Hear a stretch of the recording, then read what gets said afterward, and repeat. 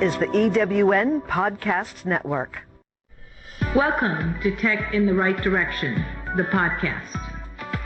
Let's take tech in the right direction to drive social change and close the employment, pay, and culture gap for women in technology. This podcast is focused on helping turn ideas into action to create opportunities for women to advance in the dynamic technology industry. I hope this podcast will inspire and motivate you to encourage more women and girls to seek or grow a career as a woman in technology. Stories about the journey of amazing women in this tech field starts right now. This week in our Women in Technology segment, I will be talking with Sharan Hildebrand. Sharan is a 30-year veteran in the technology industry, having led sales and strategy efforts for several different Microsoft Channel partners for the last 2 decades. With a focus on helping customers master their analytic, application development, and data estates, her current position as Vice President of Sales at CapEx Global, a Hitachi Group company, includes leading sales teams and aligning technology to business outcomes for their customers. Sharan is extremely passionate about empowering women in technology and fueling leadership opportunities for women in STEM roles. Her other responsibilities include contributing to the Chicago Women in Technology community as President Emeritus, as well as the Central Region WIT Chair, member of the IMCP U.S. Community, and U.S. Membership Chair Emeritus. Welcome to the show, Sharan. Can you start out by sharing with us a little bit about your career path in technology? Absolutely, and thanks for having me, Jennifer. So my career path has been pretty traditional and steady. I have been in technology for over 30 years, and it started way back in college.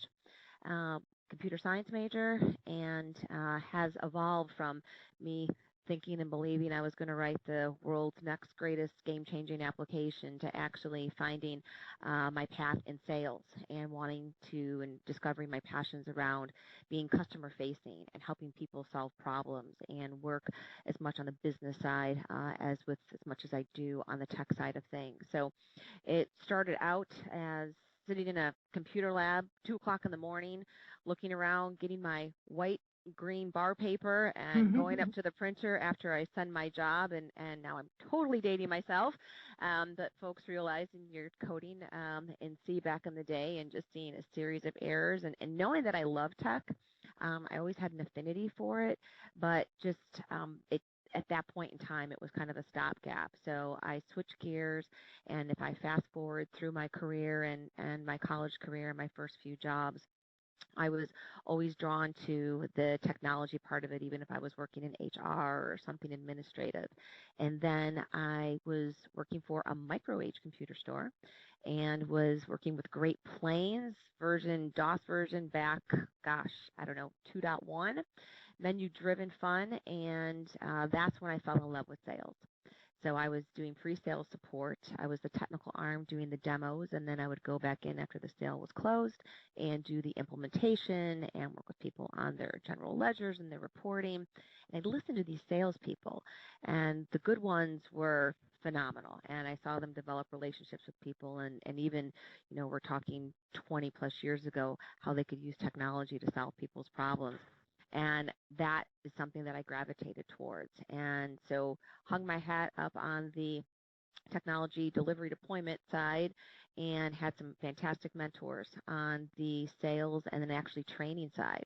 So I trained thousands of people in everything from WordPerfect to Windows 95. Yes, still really dating myself.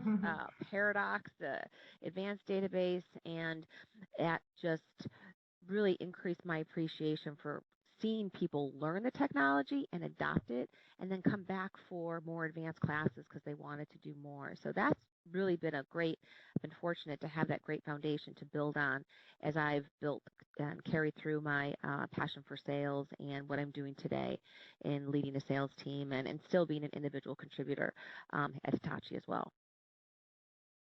That is great. I love that journey because, everybody who gets into tech thinks that they have to be in coding or really be developing applications, but there's so many jobs in tech, um, like you mentioned, sales, where you still have a tech background, you need that knowledge, but you then have that interaction with people on a daily basis, which makes such a big difference if that's what your personality and your passion is.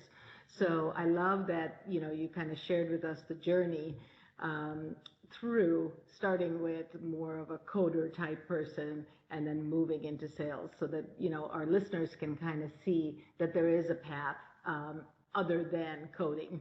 So that's great. Did you always know that working with technology was something that you had a passion for, or what was that spark that really kicked in, and when did that happen? When did that light bulb go off?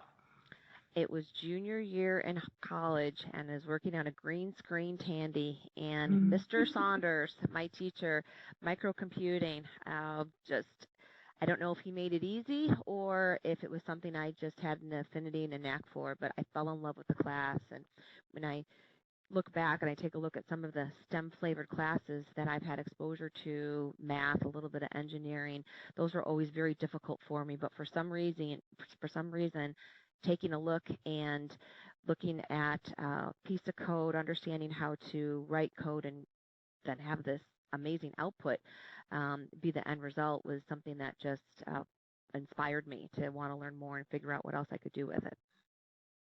And I can see that, solving problems is one of your passions. And so when you do that through coding and through technology, it just gives so much gratification as part of the journey. So that's really great.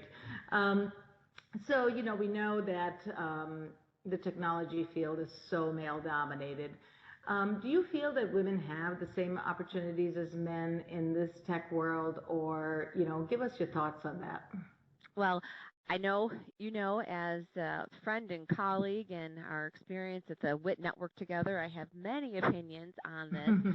We've had some amazing conversations over the past years. And when I think about women having the same opportunities as men in the tech world, the idealistic part of me wants to say yes, of course we do. And in theory, we should, but in reality, we don't. And I think because of the lack of female mentors and women in leadership positions in the technology world, it becomes difficult and often uninspiring for up and coming women, whether you're already in your career or you're at the college level or you're even at the elementary school level, to kind of look up the corporate ladder and look to mentors and people that you can shape your career or also kind of wrap similar goals around. And the reality, if we go back to elementary school, it's well known that as early as third and fourth grade, that girls are already differentiating boys' jobs and girls' jobs. And until we do a better job as a society of addressing that, we will continue to see diminishing numbers of women entering into tech, which just by default, there's going to be more men filling those jobs. The fewer women there are, the more men there are going to be.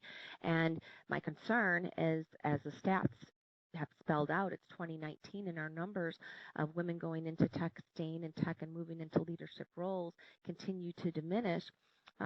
Where do you put where do you plug the dam in that spiral? And I think that there are a number of great initiatives and groups and attention rallying around this. But to go back and just simply answer your question for those few reasons, I think that on paper we have the same opportunities, but the reality is we don't. And my biggest concern is that we will continue to have fewer opportunities going forward. I think that is so true, Sharon. And it's kind of sad that we're in 2019 and the numbers are declining of more women in tech.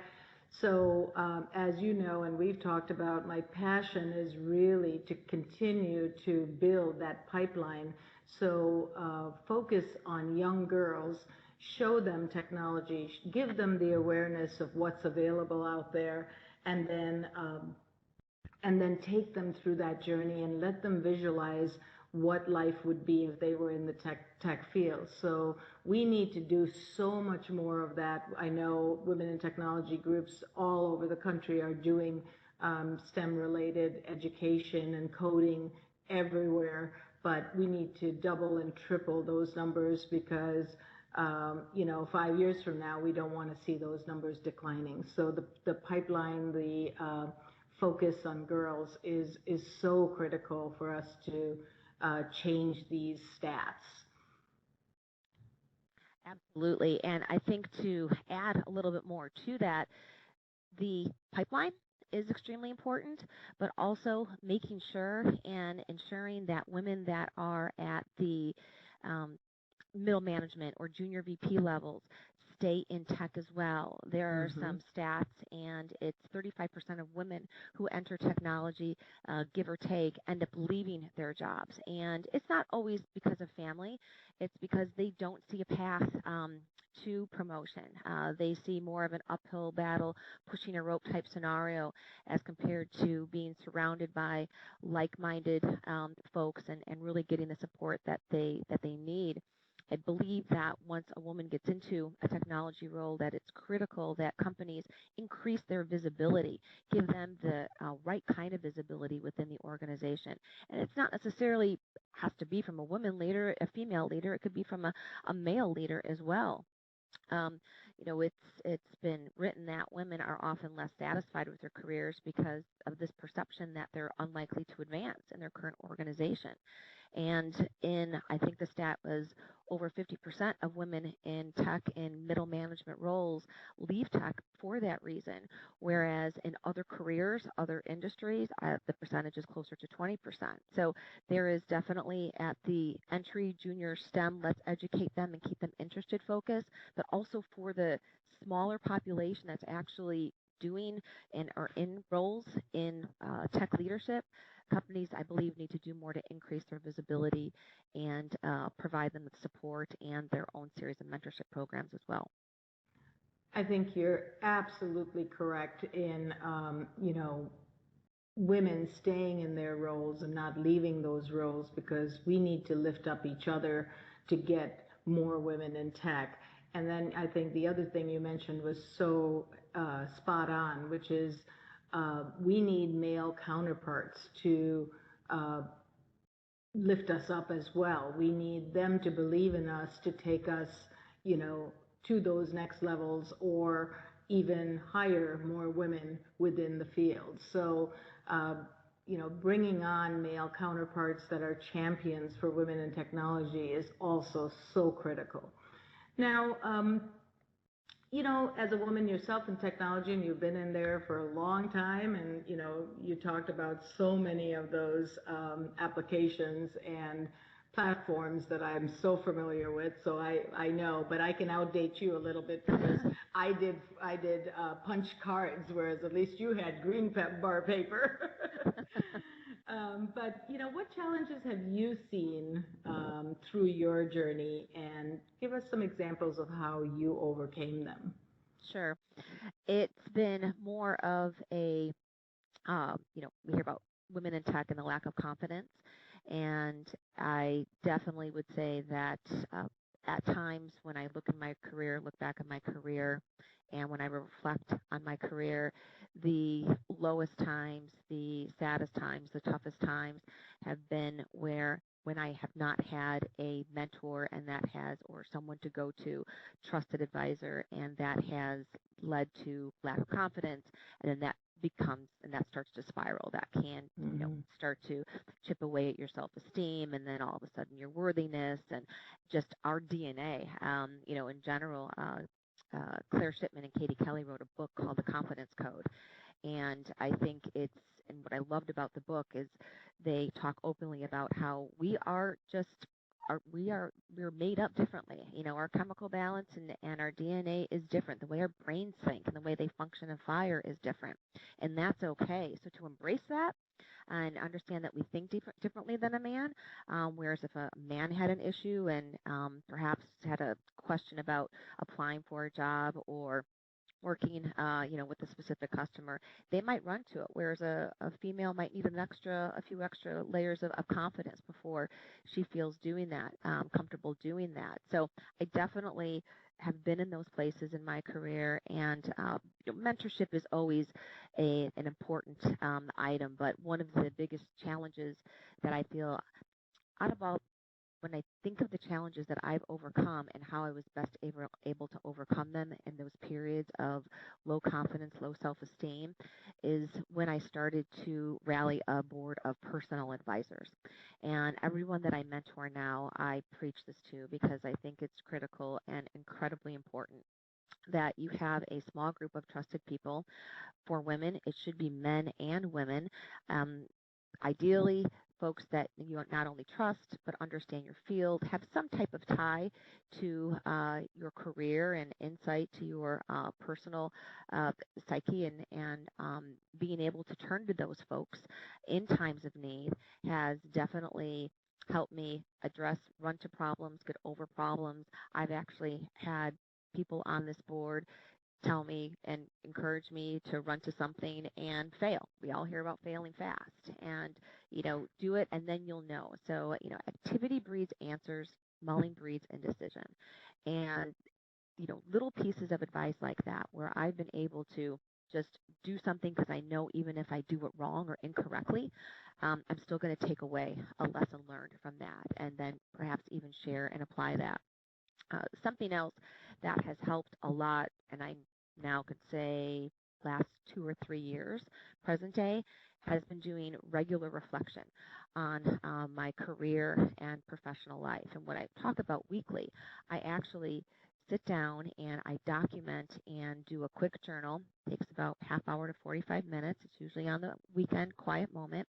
And I reflect on what happened the last week, and then I talk about what I want to do looking forward for the week ahead.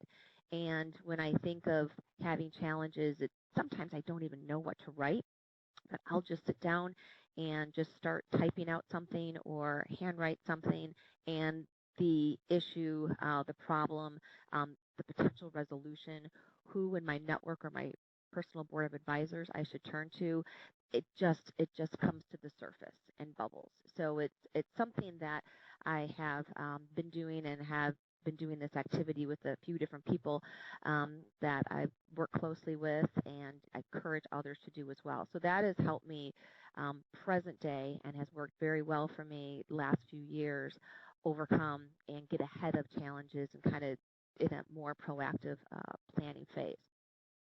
That's great. There were great, great pieces of information there that I know we can take back and learn from. So, your board of advisors, how many people are on your board of advisors? How did you pick them? Because I think that is so critical for gaining more confidence, as well as if there is a challenge, you can talk through it. And women like to collaborate and talk through issues so that they can work it out. So tell me a little bit about how you decided who they were, how many they are, so that our listeners can kind of think about that trusted group of people. Sure, and it's interesting. This is not the first time I've received this question, and I came across the idea of a personal board of advisors from a website called landit.com, landit.com. I have no personal relationship with this website, but it continues to be a great tool in my career development and my journey. And there's actually a questionnaire, and it's a free website. There is a questionnaire where you take your profile and then you identify where you think you need help or support. And it the people that in your network, what it does is kind of push you to identify folks in your network that perhaps have that skill set or come from a specific industry or have a specific background. That was the first sort of inspiration for me to do this. And I have five, I'll call it five-ish Mm-hmm. people um, on my personal board, and I first look to people that I respect, that I think they always say some other great career advice that I've received is think about not in your current job, but when you think about your career growth and progression, who do you want to work for next? Describe your next boss. who do you want that person to be? And maybe that next boss could be yourself. Mm-hmm. Or who do you want that next company to be? Always be forward thinking and put out there ahead of you where you want to go. And when I think about taking that back to my personal board, who are those folks? Who are those people that have either achieved a certain type of success or are in a role or I could potentially work for someday? So I've made that list. And then from a appreciation, passion, you and I, again, are extremely connected on the empowering that next generation of female leader and women in technology. Mm-hmm. That's a common thread, and because it's very important to me personally to bring to my career, to share with my customers, to work with organizations outside of Hitachi Solutions, that common thread and appreciation exists within the folks on my personal board as well, because I'm in love with the mantra, do good, well, do well. And that's something that I need someone who's going to coach and, give it to me, good, bad, ugly. Always respect that that's also a personal focus and passion of mine. Very good. I really think that is such valuable information that you've shared, and everybody, I think, should think about creating their board of advisors, their personal board of advisors that gives them that ability to get to that next level. And I love the mention about reflection, because looking at your week back to say, okay, what happened? What did I do last week? Did I make enough of a difference? What are some of my goals for this week? Just kind of brings you back into the present and thinking about where you want to go. So that reflection is huge, and taking some time out on the weekend, just some quiet time, is so important for us to give that time back to ourselves. Now, go ahead. Even if it's just a half hour of over coffee, you know, quiet mini meditation time, I think that's vital and extremely helpful. And then also having an accountability partner in this as well. So that could be a personal board of advisor person, that could be a spouse, that could be just someone that you trust. I think you extend the power of what you have captured and documented when you can share it with somebody as well. That's awesome.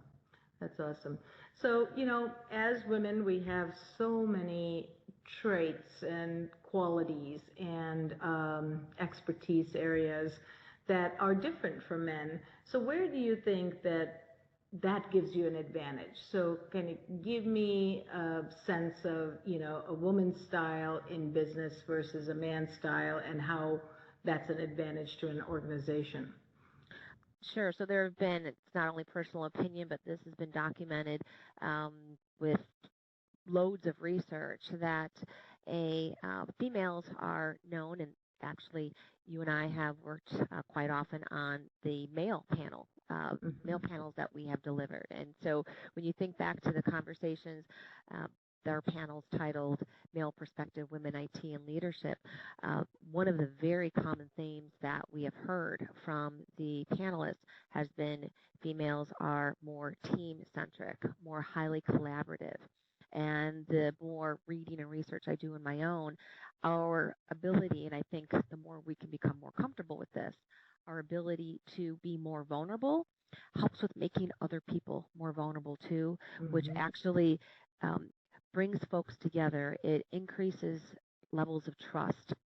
And that is all, those are all ingredients, I think, for good team leadership, good team building, and overall productivity.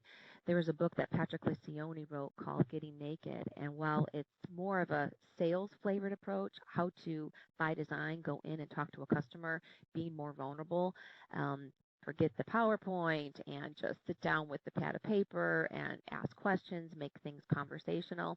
I think that applies to women in leadership also.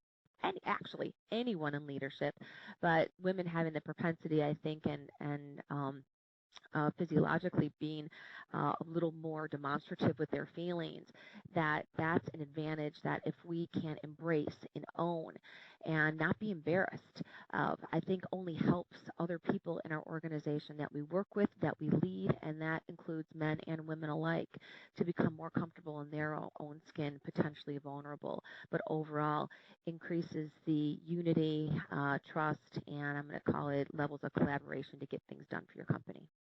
That's great. The empathy that we can show, the collaboration that we bring to the table, the ability to dissect and understand different situations is so important and creates so much value for an organization.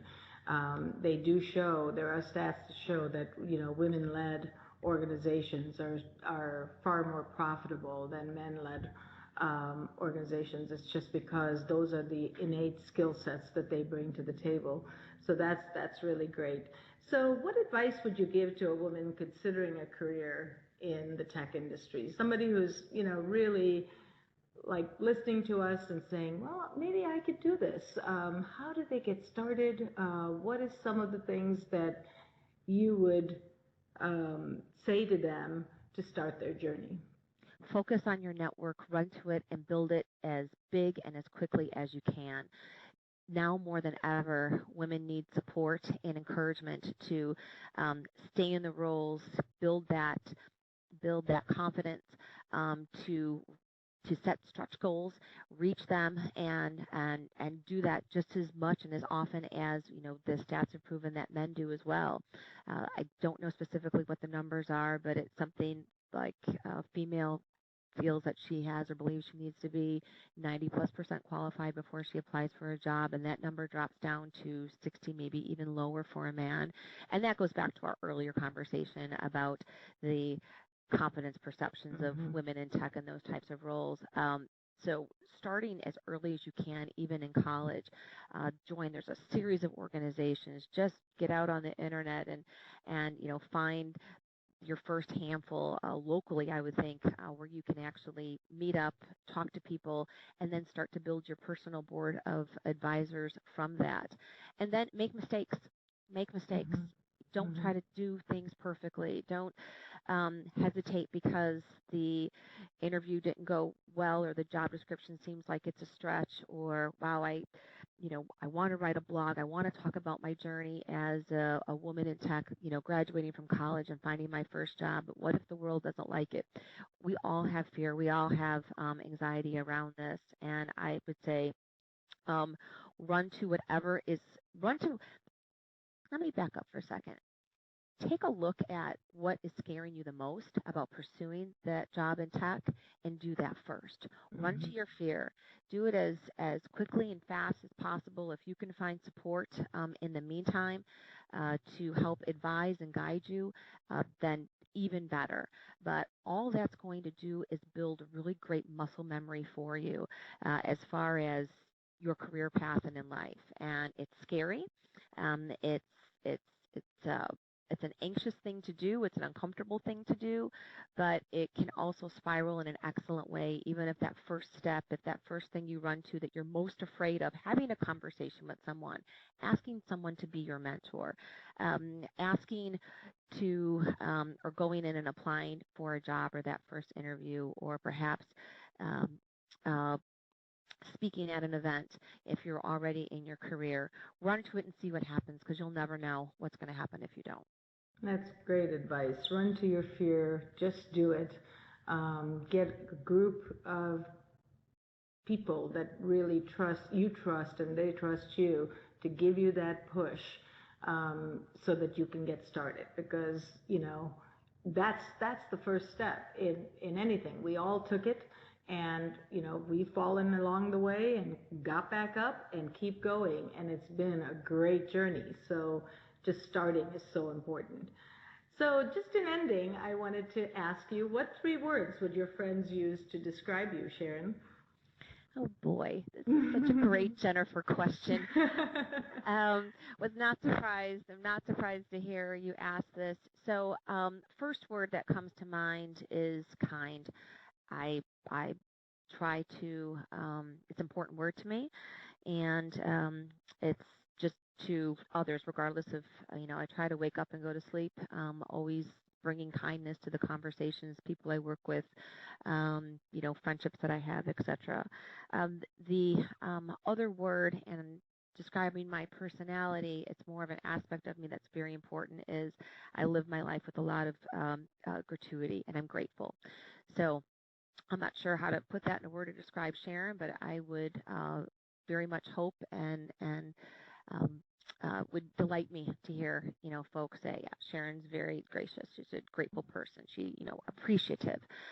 When a lot of people have invested many hours, done some fantastic things, gone out of their way to help me throughout my career, actually both personally and professionally, and I'm extremely grateful for all of that, for all that help that I've received.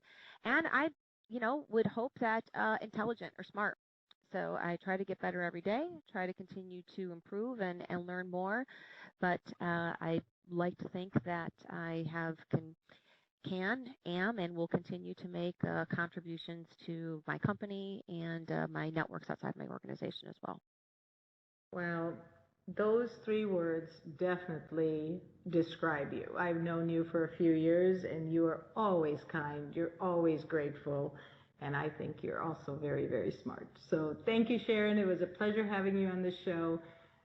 Hopefully we'll talk again soon. Yeah, thank you so much. Appreciate it, Jennifer. Thank you for listening, and please take a minute to subscribe to this podcast so that you never miss an episode. See you next week.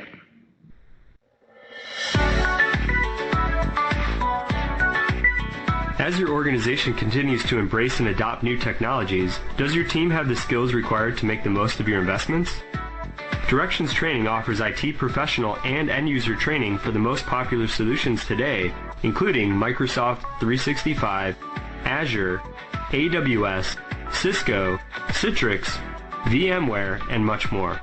Our flexible delivery methods and full customized offerings make sure that you get the training you need just the way you need it, in person, virtual, on demand, or through a blended approach. Success is a journey. Ask for directions. Visit us at www.directionstraining.com for more information today.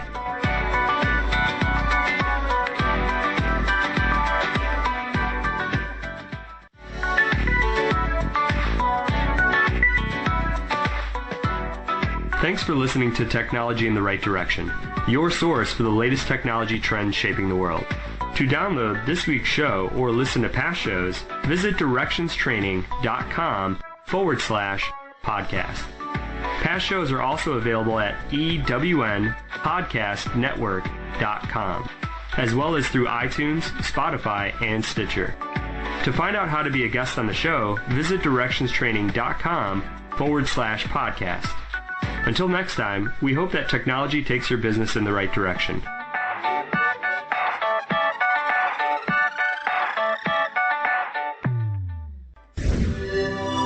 Thanks for listening. This is the EWN Podcast